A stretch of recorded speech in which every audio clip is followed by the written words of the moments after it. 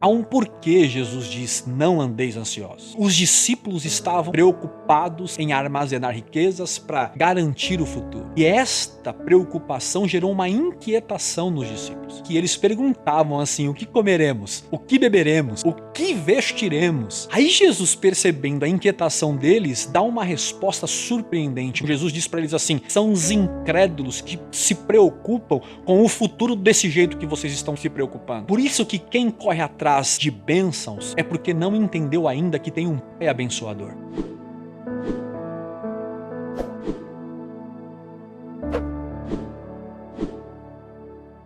Quando nós falamos de 2022, quando nós falamos de um novo ano, nós falamos de um ano próspero, desejamos às pessoas um ano cheio de realizações. Aliás, quando nós falamos do amanhã, nós estamos também esperançosos de que o amanhã seja, sim, um amanhã de bênçãos, de prosperidade. Mas quando nós falamos disso, junto com tudo isso, junto com todos os desejos, além das nossas expectativas, vem também muitas incertezas. Vem também, junto com tudo isto, muitas inquietações. Até porque nós estamos certos de que o amanhã é incerto. Nós não temos uma bola de cristal. Muito pelo contrário. Nós não temos conhecimento nenhum do que pode acontecer daqui a alguns instantes. Nós não controlamos os desdobramentos da nossa vida. Nós não sabemos o que acontecerá daqui a alguns instantes. Então, de fato, o amanhã para nós é incerto. E o que existe para nós é apenas o ontem e o hoje. Tudo que nós falarmos sobre o amanhã é meramente uma especulação, nada mais do que isso. Porque quando nós falamos do amanhã, quando nós falamos do próximo ano, nós não enxergamos sequer um palmo do nosso nariz. Nós podemos até deduzir, planejar, nós podemos até investir hoje para se ter algo amanhã. Até porque há uma verdade que é uma máxima. E a sabedoria popular diz que se você não plantar hoje, você não terá o que colher amanhã.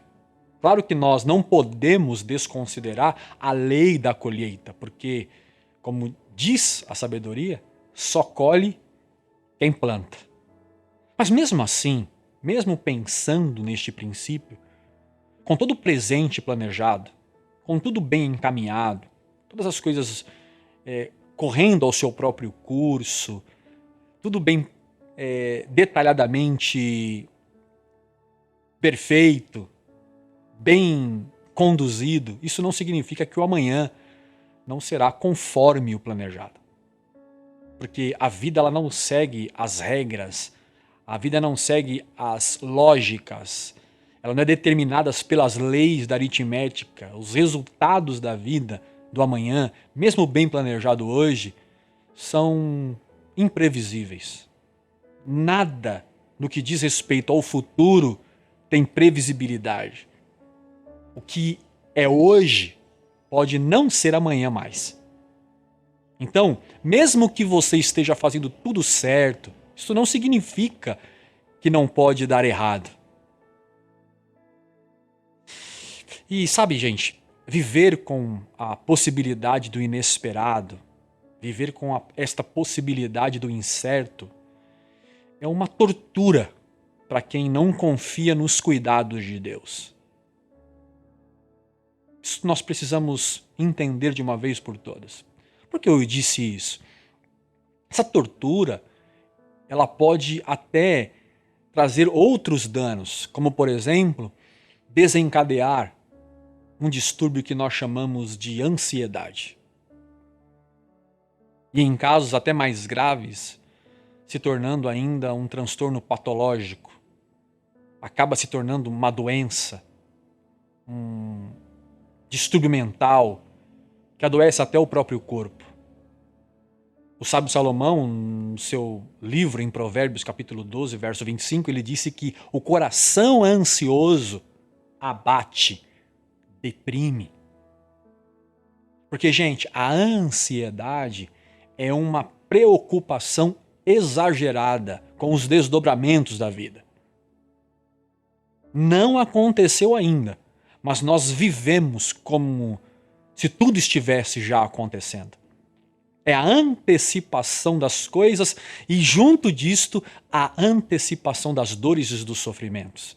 Porque estamos antecipando aquilo que é incerto, invisível, abstrato. E uma das principais preocupações da humanidade em cima desta ansiedade com o amanhã é o ter, é o possuir. É aquela sensação, ou aqueles questionamentos, melhor dizendo, do será que amanhã eu vou ter o que comer?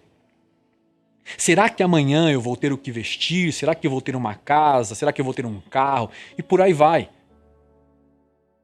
E a questão aqui, do que eu estou dizendo para vocês, não é o trabalhar para ter. Não, a questão do que eu estou falando é a ocupar exageradamente a mente antes mesmo de ter aquilo a qual eu estou desejando ter. O ansioso, ele vive para aquilo que ele não tem. Você tem uma ideia? 2022 ainda nem chegou. Mas quando o nosso coração está ansioso, nós já estamos com a cabeça em 2022 torturando a alma com a pergunta: como será 2022? E por não ter uma resposta conclusiva de como será, o ansioso ele se tortura com perguntas que não têm respostas.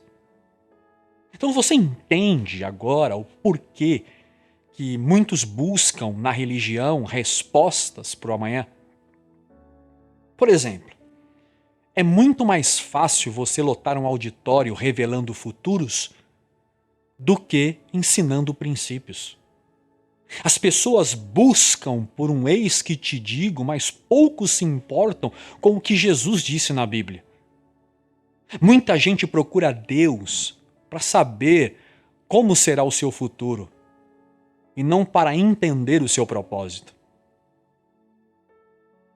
Pessoal, nós vivemos numa geração que quer garantias para o futuro, mas não querem compromissos com o presente.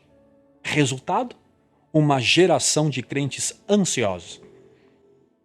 De tanto a gente se preocupar com os desdobramentos, com o futuro da nossa vida, nós estamos perdendo a fé e sendo castigados pelas inquietações daquela perguntinha: será? Será que eu vou ter? Será que eu vou ser? Será que vai acontecer? Aí nós passamos a viver com uma tensão, passamos a viver perturbados e esta expectativa do que será vai nos atribulando e nos causando tristezas profundas a ponto de deprimir, como disse o sábio Salomão. Eu abro um parênteses aqui falando deste assunto, a ansiedade ou a ansiedade para o futuro, para destacar 2 pontos importantes. Primeiro, para dizer que existem casos de ansiedade que é patológico, que precisa de tratamento, que precisa de ajuda clínica. E que eu vou dizer aqui hoje, é de Deus fazer tratamento. Não pense que você é menor ou inferior do outro para com o outro, porque você está se tratando da sua alma, tratando da sua psique. Não. Deus também usa os métodos clínicos para trazer cura para o nosso corpo, para a nossa mente, para a nossa alma. Então, fique isso bem claro entre nós. E em segundo lugar, é que você não deve se culpar por viver um momento de ansiedade. Esse sintoma faz parte da nossa natureza. Todo mundo ou já passou, ou está passando, ou passará por um período de ansiedade. É da nossa natureza, então não se culpe. Porque a minha proposta aqui não é culpar ou demonizar quem passa por um momento de ansiedade ou está vivendo um processo de tratamento para com esta enfermidade. A minha proposta é caminharmos pelo caminho de Jesus, O caminho que Jesus nos propôs para não morrermos nesse mal, para não sucumbirmos nessa doença. Até porque, gente, ter ansiedade não era um problema para Jesus. Jesus disse para não vivermos ansiosos, isto é, não permitirmos que a ansiedade domine o nosso corpo, domine a nossa mente, domine a nossa vida. E Jesus, ele dá caminhos para isso. Jesus dá indícios ou Jesus sinaliza alguns comportamentos que seriam relevantes para a nossa vida para vencermos a ansiedade. Aliás, gente, vamos ler juntos o que Jesus disse sobre isso? Vamos ler? Então eu queria colocar aqui na tela junto com você para nós lermos juntos. Mateus capítulo 6, verso 25 ao 34, Jesus diz assim: Portanto lhes digo, não andeis ansiosos pela vossa vida quanto que haveis de comer ou beber, nem com os seus próprios corpos quanto que haveis de vestir. Não é a vida mais importante que a comida e o corpo mais importante que a roupa? Observem as aves do céu. Não semeiam, nem colhem, nem armazenam em celeiros, contudo o Pai Celeste as alimenta. Não têm vocês muito mais valor do que elas? Quem de vocês, por mais que se preocupe, por mais ansioso que esteja, pode acrescentar uma hora sequer à sua vida?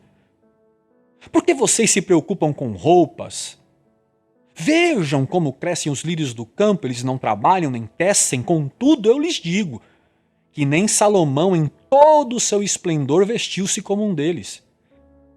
Se Deus veste assim a erva do campo, que hoje existe e amanhã é lançada no fogo, não vestirá muito mais a vocês, homens e mulheres de pequena fé? Portanto, não se preocupem dizendo: o que vamos comer? O que vamos beber? O que vamos vestir? Pois os pagãos é que correm atrás dessas coisas, mas o Pai Celeste sabe que vocês precisam delas. Busquem, pois, em primeiro lugar, o reino de Deus, a sua justiça, e todas essas coisas lhes serão acrescentadas. Portanto, não se preocupe com o amanhã, pois o amanhã se preocupará consigo mesmo. Basta a cada dia o seu próprio mal. Que ensinamento, hein, gente? Mas, de tudo que nós lemos aqui agora, há um porquê Jesus diz: não andeis ansiosos. Vocês perceberam na leitura que Jesus disse antes assim para os discípulos e todos que estavam ali ouvindo o Sermão da Montanha: por isto eu vos digo. É que a construção da ideia de Jesus, preste atenção nisso aqui, não começa no verso 25 que nós lemos, mas no verso 19. Onde Jesus aconselha a não acumular dinheiro na terra, mas acumular riquezas no céu. Você já deve ter lido esse texto. Tudo indica que os discípulos estavam aqui, preocupados em armazenar riquezas para garantir o futuro. E esta preocupação gerou uma inquietação nos discípulos. Por isso que Jesus disse: não andeis ansiosos. Mateus 6,31 diz que eles perguntavam assim: o que comeremos? O que beberemos? O que vestiremos? Não é que faltava ali para eles naquele momento. Eles estão preocupados com a possibilidade de faltar amanhã. Olha isso aqui. Aí Jesus, percebendo a inquietação deles, dá uma resposta surpreendente, mas também num tom de correção. Jesus diz para eles assim: são os pagãos que ficam atrás dessas coisas. São os incrédulos que se preocupam com o futuro desse jeito que vocês estão se preocupando. São eles que questionam o que comeremos, o que beberemos, o que vestiremos. Eles têm medo do futuro. São eles que correm e desejam garantir comida, bebida e roupa para amanhã. Ouvindo essa resposta de Jesus, gente, parece que Jesus foi até mal educado com todos que estavam ali. Ou não parece? Mas não. O que Jesus faz é levá-los para uma compreensão. Qual compreensão, Elter? A compreensão do descanso. Jesus está dizendo, os descrentes é que correm atrás das coisas, vocês não precisam. Porque o vosso Pai já sabe e vai suprir as vossas necessidades. Por isso que quem corre atrás de bênçãos é porque não entendeu ainda que tem um Pai abençoador. No verso 33, Jesus diz para os discípulos e para todos que ali estavam, buscai o reino de Deus em primeiro lugar e a sua justiça, e todas essas coisas serão acrescentadas. Em outras palavras, Jesus pede para eles prioridade para acabar de vez com a inconstância deles, esse cochear em dois pensamentos. Ou você prioriza a vida no reino, ou você prioriza a sua conta bancária. Os dois, não sou eu que estou dizendo, Jesus está dizendo, não dá. Sabe por que eu estou falando tudo isto? Porque o termo grego nesse texto para ansiedade, no verso 25 do capítulo 6, vem da raiz grega merizo. Sabe o que significa? Fragmentar. Dividir em duas partes, ou dividir em partes. Traz também uma ideia de distração. Tanto que isso é verdade, que em Mateus 6,24 Jesus diz que ninguém pode servir ao quê? Dois senhores. Ninguém pode se dividir entre dois caminhos. A ansiedade aqui no texto é fruto da indecisão. É fruto desse cochear em duas perspectivas, céu e terra. Aquilo que de fato importa para a alma e aquilo que de fato é importante para o mundo. Ou prioriza o reino ou corre atrás das riquezas, os dois não dá. É Jesus que está dizendo isso. Aí você pode estar se perguntando assim, mas Elter, então eu não devo trabalhar? Buscar os recursos para sustentar a minha família? É isso que você está dizendo? Não, não é isto que eu estou dizendo, e não é isto que o texto, e não é isto que Jesus está dizendo. O problema não é trabalhar aqui no texto. O problema é viver se garantindo do trabalho, sem priorizar o reino. A questão aqui não é se você trabalha. A questão é se o seu trabalho e tudo o que você faz é para o reino de Deus ou não. Escute o que eu vou te dizer aqui. Quem é do reino de Deus não trabalha para garantir dinheiro, para garantir o futuro.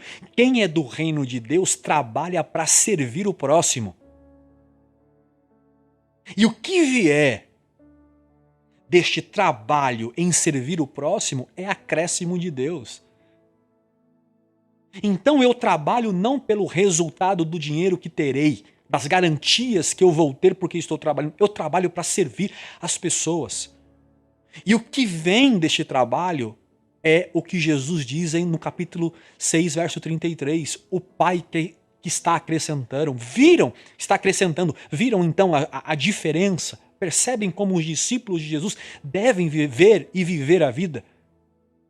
Em última análise, o que Jesus está dizendo é que não importa quanto você trabalha, no final, tudo é dádiva de Deus. Teu salário, teu carro, tua casa, foi tudo o Pai que te deu. Jesus disse nesse texto, é só você ler devagar depois, Mateus, o capítulo 6, os versos 19 a seguir. Jesus diz aqui nesta construção, nessa narrativa, o Pai alimenta os pássaros e veste os lírios do campo. E não faria o mesmo com vocês, homens e mulheres de pequena fé? E Jesus ainda é mais ousado nesse texto. Ele ainda diz que Salomão, o rei mais rico de todo Israel, que mesmo com toda a sua riqueza, não se vestiu tão bem quanto os lírios que Deus vestiu.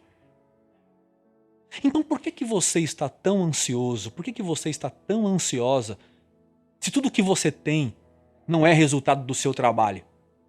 mas resultado de um presente divino para você. É claro que, como já dissemos aqui, se o teu caso é uma ansiedade patológica, e se você está enfrentando essa doença e precisando de ajuda, procure ajuda. Mas eu também quero dizer esta noite, receba a cura pelo entendimento desta palavra de Deus hoje também. Se você desenvolveu uma ansiedade na pandemia, que a palavra de Deus hoje traga para você saúde emocional. Porque o Pai cuida dos pássaros, o Pai cuida dos lírios e cuidará de você. Você precisa acreditar nesta palavra. A nossa ansiedade, ela é curada quando nós descansamos em Jesus e compreendemos e confiamos em seus cuidados. 1 primeira carta de Pedro, no capítulo 5, verso 17, Pedro disse assim, lançando sobre ele toda a vossa ansiedade. Por quê? Porque ele tem cuidado de vós. Eu só lanço sobre Cristo a minha ansiedade quando eu tenho entendimento que ele está cuidando. Talvez você esteja se perguntando, como que será 2022? Como vai ser o amanhã? Tem muita gente aí profetizando em nome de Deus, dizendo que será um ano de conquista, de vitória, de realizações, que você vai estourar, que o próximo ano será um ano extraordinário para você, e dizendo isso em nome de Deus. Dizendo o que Deus não mandou dizer. Mas claro que o problema aqui, eu não estou aqui fazendo esta crítica, dizendo que é um problema desejar para as pessoas um ano abençoado. Não. O problema é prometer isso em nome de Deus. Se você me perguntar assim, Elter, como vai ser o próximo ano? Como que você acha que vai ser 2022? Sabe o que eu te responderia? Eu não sei. Eu não posso falar para você aquilo que Deus não disse para falar. E talvez diante dessa minha resposta, você poderia dizer assim, puxa, mas que pastor sem fé? O Elter está mesmo na racionalidade. Eu te diria, é por ter fé que eu digo isto, que eu digo não sei. Porque fé não é andar pelo que se vê ou pelas certezas que se tem. Fé não é acreditar que 2022 será melhor, isto é crendice. Fé é ter a certeza de que o Pai está na caminhada, está junto conosco. E Ele estará conosco hoje e estará conosco também amanhã. Qual é a garantia que eu tenho para 2022? O Pai será contigo. Então pouco importa o que vai acontecer. Pouco importa quais serão os desdobramentos para o ano de 2022. Mas é claro, eu estou falando tudo isso, mas eu desejo a você que seja um ano bom, um ano tranquilo, um ano de paz, abençoado. Mas mesmo dizendo tudo isso, o que mais nos importa é saber que, buscando em primeiro lugar o reino de Deus e a sua justiça, se em 2022 Cristo for a minha ou a nossa prioridade, as necessidades que tiverem no caminho, o Pai estará lá para acrescentar. Então eu não sei como será amanhã, mas eu sei quem estará comigo. E se eu precisar de alguma coisa lá, Ele é poderoso para acrescentar. Creio nisto e nisto descanso. Creio nisto, creiamos nisto e nisto descansemos. Nós, pessoal, só conseguiremos vencer a ansiedade, o será, o como vai ser o próximo ano, quando nós entendermos que é andar com Jesus hoje que vai garantir o suprimento de amanhã. Então, eu vim aqui hoje dizer esta palavra para você. Descanse. Confie que o seu 2022, para o seu 2022, o Pai já providenciou o que você há de precisar lá. Porque antes que palavras cheguem em minha boca, o Pai já sabe. Jesus diz em Mateus 6, o Pai sabe o que vocês necessitam. Então entendendo que o Pai sabe daquilo que eu preciso, eu descanso. porque o Pai providenciará as faltas no caminho daqueles que, de uma vez por todas, não priorizar as coisas dessa vida, mas priorizar o seu reino e ajuntaram tesouros, não nessa terra, mas tesouros no céu.